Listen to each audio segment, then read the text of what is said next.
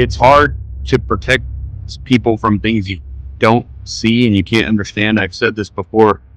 Sometimes I feel like I might as well just carry a fly swatter because whatever I'm up against is that nothing's, going to.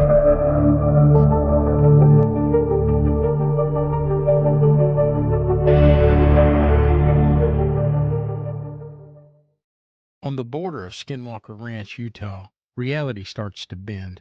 Tonight, we're exploring what happens just outside the gates, where science, myth, and the unknown meet. We came here during active filming of The Secret of Skinwalker Ranch. That meant no access inside. But if the phenomena isn't contained by barbed wire, maybe its story continues on the other side. I fully charged all the cameras at the hospital. And this first camera he's checked is completely battery dissipated, all the way run down. Hasn't shot a single shot with that particular camera today. So we may be experiencing some of the anomalies that are, known to go with this area. We were able to meet up with some familiar faces at the main gate and have a chat with Dragon Arnold. To Dragon Bryant Arnold here today at Skinwalker Ranch, and I always admired his work and admired his tenacity at providing security here at such an unusual place. Dragon, I got to ask you, when you come out here and you're on duty, are you protecting the people from the ranch or the ranch from the people mostly? How do you feel about that? That's a good question. I think the answer is yes. So I think it's a little bit of both. It's hard to protect people from things you don't see and you can't understand. I've said this before. Sometimes I feel like I might as well just carry a fly swatter because whatever I'm up against is that nothing's going to do anything good. But I would say that it's a combination thing. It's a dangerous place for people, and we've seen some major medical episodes, even with our own Thomas Winterton, with things that we don't understand and we can't protect against. But then I also think that the integrity of the science as well as the ranch itself, we're protecting that on top of it. So I think it's a combination of both, where we're protecting people from the dangers that they don't understand on the ranch, as well as the science we're trying to work on and everything else with the ranch from those individuals who have nefarious, designs. And we've had those people that have tried to be destructive, tried to damage equipment and things like that. So I would say it's a combination of the two. Well, that's interesting. Of all the time you've been out here and everything you've witnessed, is there one specific thing you could point to that makes you wonder, or makes you think that this place is really special and it's worth protecting? To put my finger on one would be a little bit tough, but I've definitely had some experiences both during the investigation with equipment malfunctions, drones falling out of the sky, almost killing me. It was probably the most scared I've been on the ranch. To times when I've been alone at one of the homesteads and I've seen shadow figures move through, and I've got feelings where all the hair on my body stands on end and I'm ready to vacate that particular area and move on. I'll tell you, going into it, I never thought that I would ever experience the things that I have, and it's opened my mind to possibilities, and I'm fully invested for as long as I'm allowed to be here to try and get to the bottom of it. Well, that's fantastic, and I think it's a worthwhile commitment. I guess lastly, I would just say, if someone asks you, why does this land matter? Not just a curiosity, but as a place that's worth protecting, what would you tell them? I'd say that we are potentially involved in the most significant scientific research endeavor that there is. The things that we're discovering could really provide answers to some of those lifelong questions of, are we alone in the universe? Where did we come from? Where are we going? Things of that nature, to where there truly is answers here, if we can get to the bottom of them, that could truly shake not only our conscious minds, but, the history of what science is and what reality is. Yeah, it's fascinating that what you discover might change the humanity's perception of reality. Dragon Arnold has one of the most unusual security jobs in the world, protecting the boundary of a place where science and mystery collide. He told us dangers here works in both directions. Sometimes he's protecting people from the ranch, and sometimes he's protecting the ranch from the people. Listening to him, you realize how serious this work really is. What happens inside those gates isn't just television or folklore. It's something that demands caution, respect. There's a lot of unanswered questions. Since we couldn't go inside Skinwalker Ranch, we looked for other vantage points, and we found a perfect spot at a neighboring property, Space Wolf Research. What happens here might help explain what's happening there, and it seems to provide a perfect vantage point for observing the skies over Skinwalker Ranch. So I am here with Jeff Runel, who has graciously invited us, our production team out here, to Space Wolf Research. And we're in one of the Connex containers on the property. It's been fixed for living accommodations. Jeff, thanks for having us out. Oh, my pleasure, man. It's great to have you guys here. Yeah. So I got to be honest with you. Our involvement here is that we're looking at Skinwalker Ranch on the map, and we're looking for alternate ways to see the property because we know that Skinwalker's filming and that they have pretty strict rules about not going inside the gate and all that. So we're looking at additional vantage points. And of course, our thought is that the phenomena is not contained by barbed wire fences. It probably extends over onto the neighboring properties, and you are one of the neighboring properties here. You know, now I'm kind of part of the team and help out like you're seeing today. I'm out there working today and having a little bit of fun. Well, fantastic. You know, we didn't know that we approached this as this was just a neighboring property, but the more we look at it and the more we read about it, you have quite a significant amount of phenomena that occur here, right? Oh, yeah, there's stuff going on. I mean, well, I don't want to say daily because I come here quite often and there's a lot of times I won't experience things. And then sometimes it's just day after day. So it's really interesting. And it isn't just in the border of Skinwalker Ranch at all. It is the Uinta Basin. That's the main thing. And the Uinta Basin, so it's from Duchesne, more west here, all the way out to basically Vernal. The whole area has a lot of paranormal stuff going on. UFO activity is rampant. I mean, that we can see nightly up in the sky and several crafts as well. That's not, yeah, there's. Are you guys ever successful at taking pictures and videos, documenting some of the phenomena? Yes, and if you get a hold of Ryan, I'm sure Ryan can share you quite a bit. A matter of fact, I just saw Ryan speaking at Moonlight Gathering out in Duchesne just 2 weeks ago, and he was showing a lot of pictures that I've never seen. You know, he has another property out in Duchesne that has a lot of activity as well too.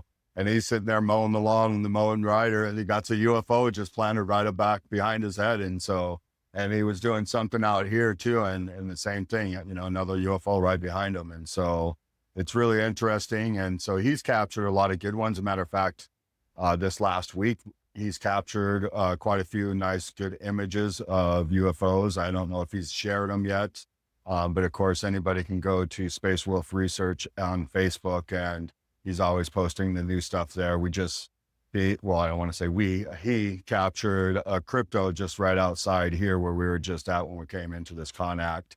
That happened just a couple weeks ago as well, too, and we're not sure what it is. So right now we'll file it as a crypto, but well, in my opinion, I think it kind of looks like, which is funny, is Santa's little helper from The Simpsons.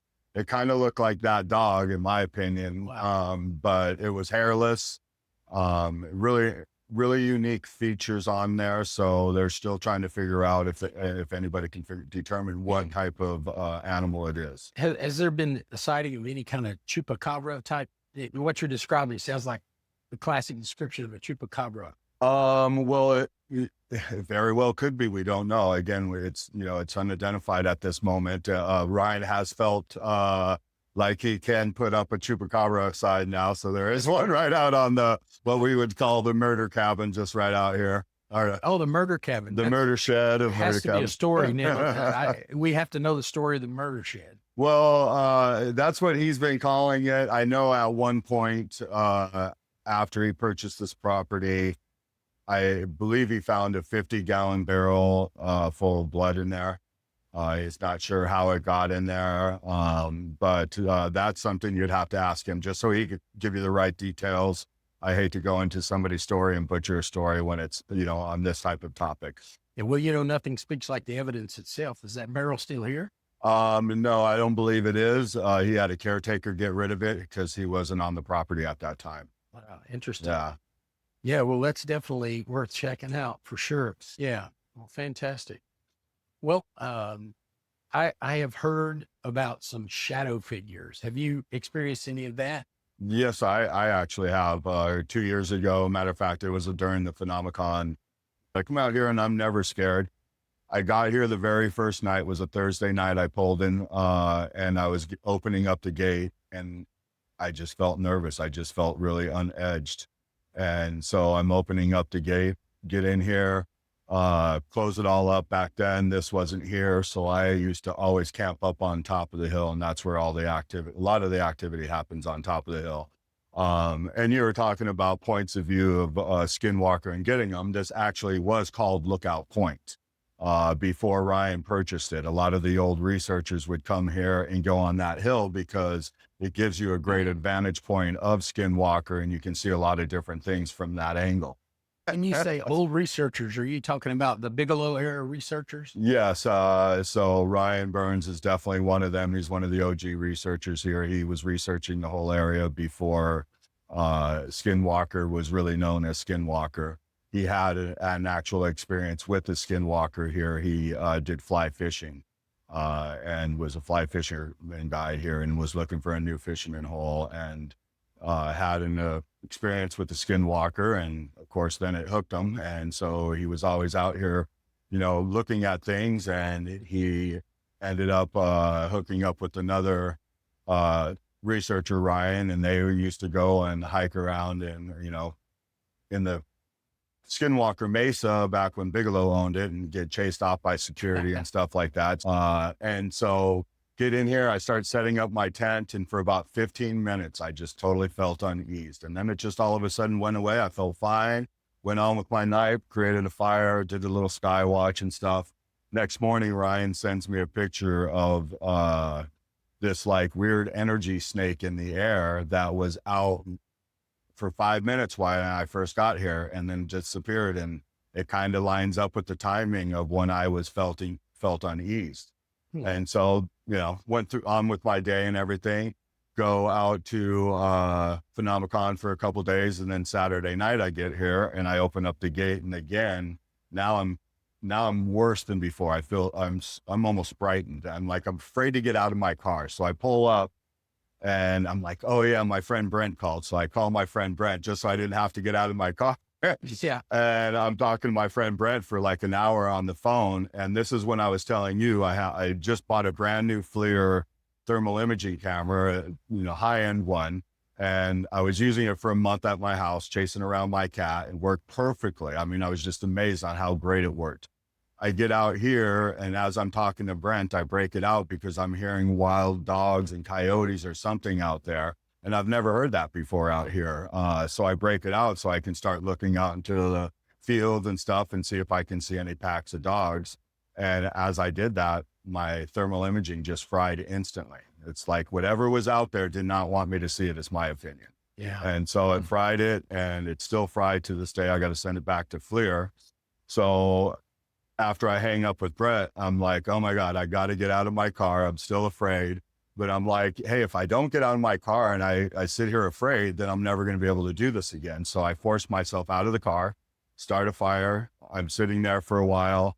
And as the fire's going, I think I see movement in the bushes, but because of the fire going, I'm just like, all right, it's just my eyes playing trick on me because I'm a common sense guy. I'm not going to sit there and try to pull the wool over my eyes just to say, get a story or say, oh, I did this, I saw that. I'm not going to do that. Yeah. And so I'm seeing movement there. And again, I don't know if it was the fire or not, but then a little bit later, all of a sudden I start to hear this jingling noise, and it's like behind me to my left. And I know there's nothing over there that would make that noise. I've been on the property long enough and many times, and I know there's nothing there. And so I keep hearing it, but I'm ignoring it. And so finally I turn and I'm looking, and there's nothing there. And as I'm turning and looking in that direction, I hear it again, and it's behind me to my left again, you know? And so now I slowly start turning that way, and I'm looking, and there's nothing there. And I'm like, okay. And then I hear it again behind me to my left. And so it basically made me do a full 360, and there was nothing there.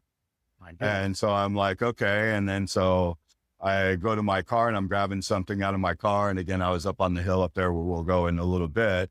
And as I got something out of my car, I started to turn and then back over in this direction here. There's, you can see a little mound on the hill. And on top of that, there is this black figure that was basically, in my opinion, standing in kind of an intimidation type of stance up there. But I was turning. So as soon as I saw it, I come back and it's not there. But I trust I trust my feelings, and that felt real. I mean, there's times you see things and you're like, I just don't know. It just doesn't seem right. And there's other times it's just like stuck in your head. Like I still see the image today, just like I saw it a second ago. And so that, and I'm like, all right, great. And I'm back at the fire and I'm just like, finally, I'm just like fed up. And I'm like, all right, listen, I'm not going anywhere. I know you're not going anywhere. If you want to come by, sit next to me at the fire, we'll have a little drink, and next thing you know, the feeling goes away. I never was bugged again. And I just sat there and waited for the fire to go out and went to bed. And after that, I wasn't bugged again the rest of the weekend. Yeah. There's account after account of these shadow figures in the basin here that nobody really knows what that's about. Just a black silhouette, kind of almost the absence of color, or the absence of any light. It's just like a black hole, and it's a silhouette of a being or some type of animal or man. That's what I would say my image was too. It was like very one-dimensional. Yeah. Yeah. So it's intriguing, Jeff, that you wind up here attracted to the phenomena and enjoying it, because, well, it's really not. If you look at Phenomenon, there are 1,000 people over there that are attracted to the phenomena and are enjoying exploring. Well, I know you're familiar with the Navajo Ute lore and history here about, the curse that was placed on the land and all that.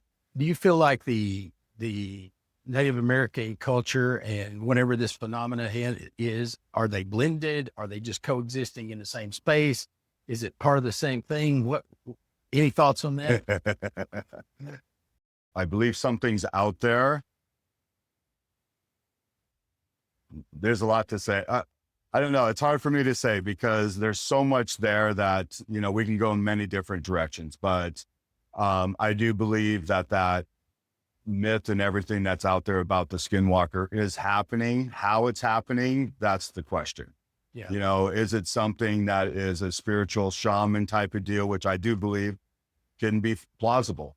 Or is it something else that's nefarious that's going on to deceive and hide something? Yeah, there are certainly tenfold more questions than there are answers about Oh, this. yeah. And the more you find out, the more answers, the more questions you have. And it's just amazing. Well, man, I'm dying to check out this murder cabin in the property. So let's get out there. All right. Sounds good. Yeah. Here's another one.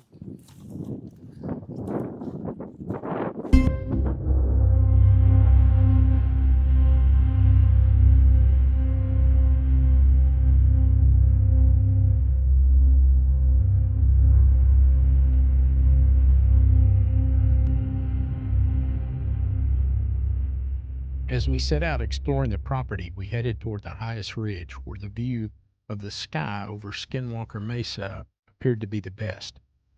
The Utah desert seemed a lot like what I imagine the surface of Mars is like. As we approached a Dutch barn in the distance, a large white Connex container became visible, and another highly strange story began.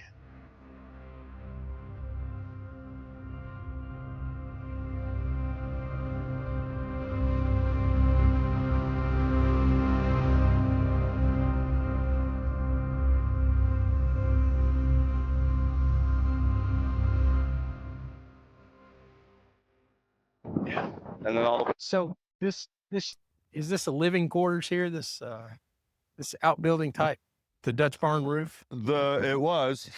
Yeah. So we'll talk about this because a lot of crazy things happen up here. Well, shortly after Ryan had bought the property, I guess, because I started coming on the property about a year after he had bought it. He had an RV parked over here, and you can actually see the molten metal. But he had RV parked here next,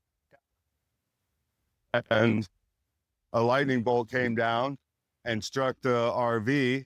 There's a researcher here, and he had just left, I guess, a few days before it, and the lightning hit it, totally disintegrated the RV, caught the cabin on fire. The cabin basically burned down.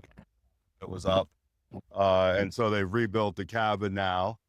And then that's when he brought this Konak out. And so it's been 2 years now since it's moved. I'm trying to see if you can find the line. I want to say it was right in this position right here. But if you look on this ground, you can see nothing's disturbed. There's no marks here. If you were to move this Konak, I've had to do it before. I've helped out. You bring in a front loader, come in with the front loader, you put the forks underneath there, and you got the big tires on the front loader. You would have marks everywhere here. When this got moved, it was parallel with the cabin originally. So it was running this way. Yes. Just like the cabin is. And you guys all of a sudden one day come here and it's in this position. Yeah, I was actually the first one here and saw it. And I came up here and I was camping and I'm like, oh, Ryan moved to Konak. I'm like, great, it looks better like this. It gave us more room. And he called me 3 days after I'd left and he's like, hey, the caretaker called me and told me somebody moved to Konak. I'm like, well, you didn't do that? And when I noticed it, the first thing I noticed is there was no marks on the ground. And so it's like, all right, how did he move that? And so It was lifted from above. well, that's what I thought too, but you can come here and this is what I did when I came back a few weeks later. I'm looking on here where you would hook this, okay? And there's no scrape marks in there. There was no fresh metal scrape marks at all on any of these corners. Not only that, you can see this, there's a camera here. Well, this is more of a light camera, but he had these on here. He had, I believe that camera was on there. He might have changed the camera, but he had cameras on the corners of these. And so the cameras weren't broken off. He said the stuff inside, and there he had stuff stacked up. I've never been inside it myself. I don't pry into his stuff. But he said he had stuff stacked against the wall, and it was still stacked against the wall when it was here. Like it was gym. Well, not gently, because we can go show you the damage on the cabin here. So It actually made contact with the cabin during the move. yeah, so whoever moved it must have forgot how it was positioned. And so they came in and put it the way they thought it was. You can see the damage right there. Oh, yeah. You can see the damage right here. And then we can go to the other side and we can look at the Konak and you can see the paint mark on the Konak and everything. You see how it's positioned. It's not positioned very good. The other thing too is if you were doing this with the front loader and you hit the cabin like this, in my opinion, this would fall. The Konak would probably come off of the front loader. Yeah, I can see Because you're actually doing a balancing act with that front loader. You have to dead center and you're trying to balance this thing as you're moving it. So the indications are from these marks in your description is that this thing was parallel. It spun in a counterclockwise position. The first corner to come here made contact, and then it was slightly positioned out, and they finished the movement right here. Yeah, I would just assume, yes, it was picked up like from this position and swung in like this, because I can show you on the other side, you can see where the sand and everything is built up from it going into the ground like this. Yeah, let's look at that. And so those are the only signs of moving that I've seen on this. The only thing else I could think of is they lifted by a magnet, stuck a magnet on there and moved it, because the areas that you would typically move it are not here. Did anybody measure for magnetism or? Yes, it was also magnetized afterwards. When I was here, I left that weekend. I was here before anybody really knew it was moved except me. Yeah. I left and I had a very bad bladder infection for over a month and a half, and I never had bladder issues in my life. Yeah, it's no longer. It took about a month for it stopped to be magnetized. Go look at this other side that made contact with the building.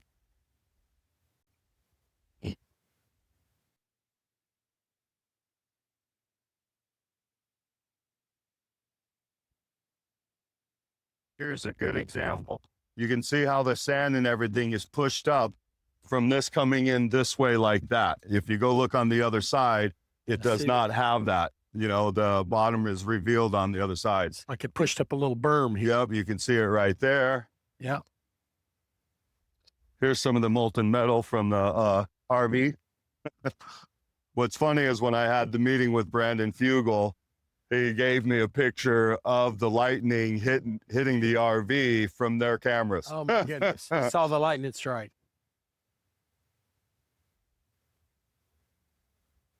But you can see here, you can see the damage right there. You can see paint transfer right Yep. there. There's paint transfer onto the Connex container.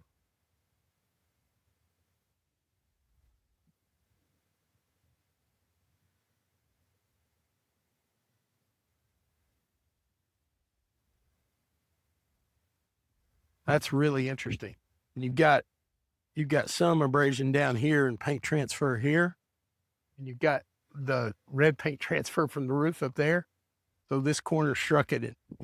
It's almost. So, I mean, just imagine it moving like that. The only thing, in my opinion, that makes sense is it was suspended in the air somehow and it bounces off the cabin and then into this position. And we're talking about a structure that's what, at least This is at 30 least 30 feet feet, length. yeah. 30 feet in length.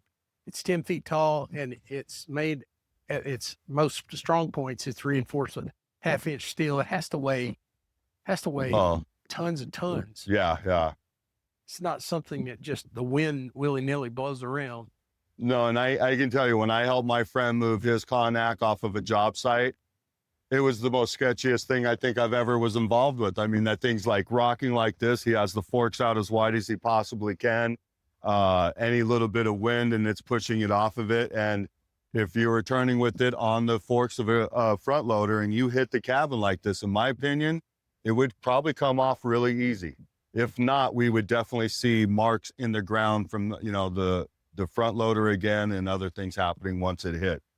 So I think it was lifted up off the ground in the air. Who did it? Who knows?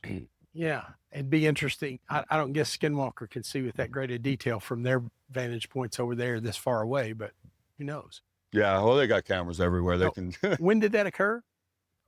This happened, I would say 2 years ago, and it was probably a month or so before Phenomenon. So almost 2 years ago to the day.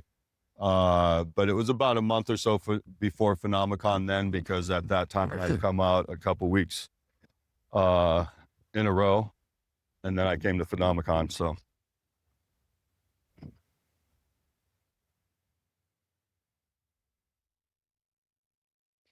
This metal shipping container, nearly 10,000 pounds of steel, was rotated 90 degrees mysteriously overnight. There were no tracks, no evidence of machinery, just a massive structure that moved seemingly by itself. If something can shift steel, what kind of force are we really talking about?